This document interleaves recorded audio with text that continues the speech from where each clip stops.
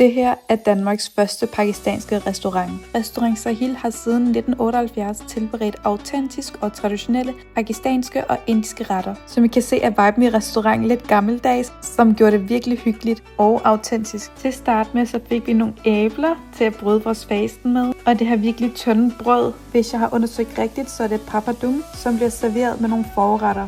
Selve brødet smagte ikke så meget, hvilket giver god mening, da det blev serveret med mango chutney og syltede grøntsager. Jeg synes, det var sjovt og smagfuldt at blande de forskellige forretter sammen. Derefter fik vi smag på samosa og noget frityrestegt kylling. Det smagte ikke af traditionelt frityrestegt kylling, det havde en mere krydret smag til sig. Og så kommer vi endelig til de længere ventede forretter. Vi fik noget butter chicken og noget krydret lam i spinat. Risen var perfekt, man kan bare se, hvor god en ris det her det er. Jeg kunne rigtig godt lide at blande yoghurten sammen med det krydrede lam, og deres garlic naan-brød var så godt. Jeg vil ikke sige, at deres butter chicken var den bedste, jeg havde prøvet, men det var stadigvæk fint. Men det var en smagfuld oplevelse, det var hyggeligt derinde, der var også rigtig god service, medarbejderne var også virkelig søde.